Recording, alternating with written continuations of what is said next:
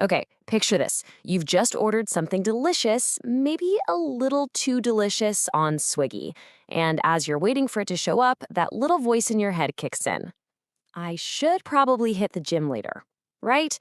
But what if the same exact app bringing you that meal could also book your gym session? Well, that's the massive question we're diving into today. So let's just lay it all out there. Here's the big, kind of crazy question. Should a food delivery giant like Swiggy, a company that's all about tech and logistics, actually start building and running its own physical gyms? I mean, it sounds a little out there, but these are the sorts of huge swings companies have to think about if they really want to grow. Answering a question like that is never, ever a straight line. It's just messy. You've got costs, market size, your brand, the sheer operational nightmare of it all. It's like this tangled web of spaghetti. And this image, it shows you exactly why you can't just go with your gut. You absolutely need a process, a framework, to slice through all that noise and find a clear path forward. So how in the world do we untangle this mess? Simple. We use a powerful and honestly reusable strategy framework. Think of this as our map to get from total confusion to a really clear data-driven decision. And here is that very map. It's got 4 main phases. First, we have to define what problem we're actually solving. Then we discover what our customers really need. After that, we get to design a potential solution. And finally, we decide if it's the right call. So let's get started and define the real goal here. All right, this first step is so critical. What is the goal? Is it just to make a bit more money? Nah, not really. The real prize for Swiggy is something called ecosystem lock-in. See, they already own Calories In with all the food they deliver. If they can somehow also own Calories Out with fitness, they create this complete health loop that makes their app something you just can't live without. The only catch? Whatever they do has to fit who they are, a tech-first, asset-light company. Okay, so our goal is defined. Now we're moving into the discover phase. This is basically the detective work part of the job.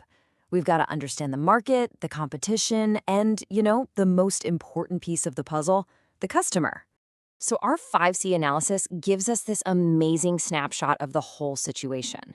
We can see that Swiggy's superpower is tech and logistics, but its kryptonite, a total lack of experience in real estate. And that's a huge flashing red light for building physical gyms. We know their customers are urban, busy professionals. The competition is a mix of tech-first players like CultFit and the old-school gyms. And the climate? Well, the fitness market is absolutely exploding, so there's definitely a big opportunity here. A booming market is great and all, but you can't build a product for everybody. That just doesn't work. We need to get way more specific. Who is the perfect person we're trying to build this for? And boom, here's our answer. It's not the person who goes to the gym to socialize, and it's not the person hunting for a bargain. Our number one target, our bullseye, is the busy professional. Just think about it for a second.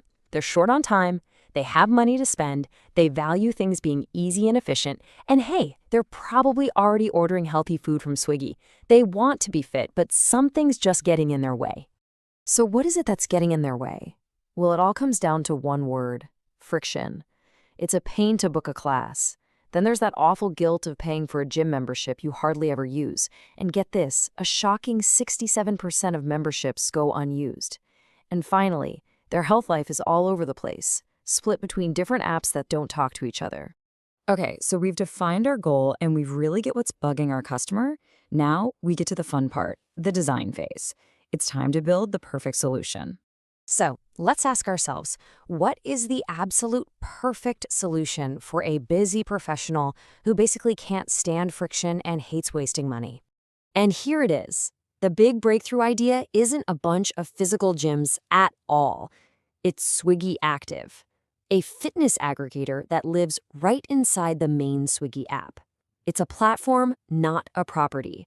And this leverages everything Swiggy is already amazing at.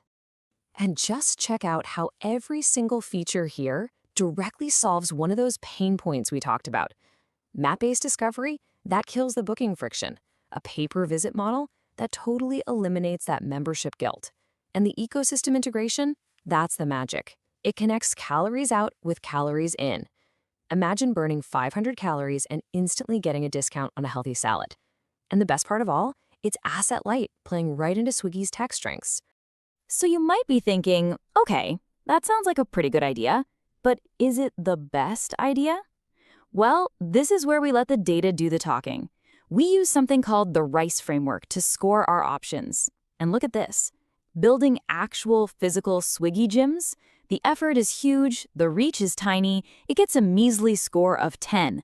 But the gym aggregator model? Whoa! High reach, massive impact, and way less effort. The score? 180. I mean, it's not even a contest. The numbers just spell it right out for us. All right, so how do we even know if this thing is working? We need a North Star metric. And for Swiggy Active, it's all about cross-pollinated users. It's simply the percentage of people who both order food and book a gym class in the same month. That one number tells us everything we need to know about whether we're actually building that health ecosystem. Now, you don't just launch something like this everywhere all at once. You gotta launch smart.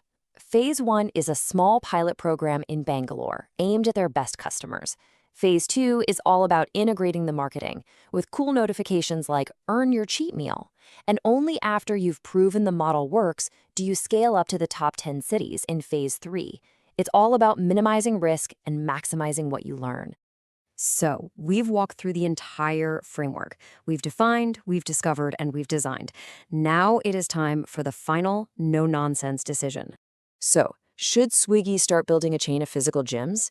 The answer is a huge, resounding no. It's way too expensive, way too risky, and it just goes against everything they are as a tech company. But should Swiggy build a fitness product? Oh, absolutely, yes. The smart play, the winning move, is to pivot to this Swiggy Active aggregator model. It leverages all their current strengths to create that powerful ecosystem lock-in we've been talking about. And this whole thing brings us to probably the most important lesson here. This framework, this entire process, it wasn't just about finding a shiny new idea. It was about having the guts, the discipline to say no to the wrong one. Because that's what real strategy is, right? It's just as much about what you decide not to do as what you ultimately choose to build.